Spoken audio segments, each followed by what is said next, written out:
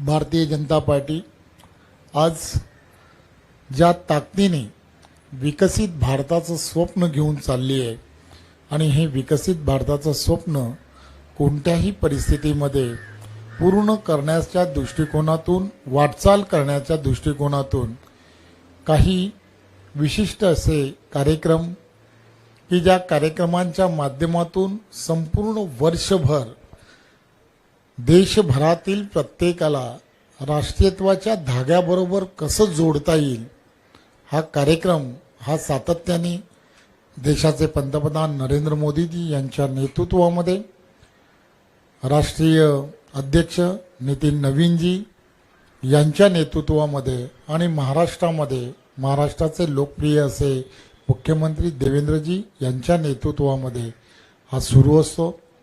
या कार्यक्रमाला आज सुरुवात झाली आहे।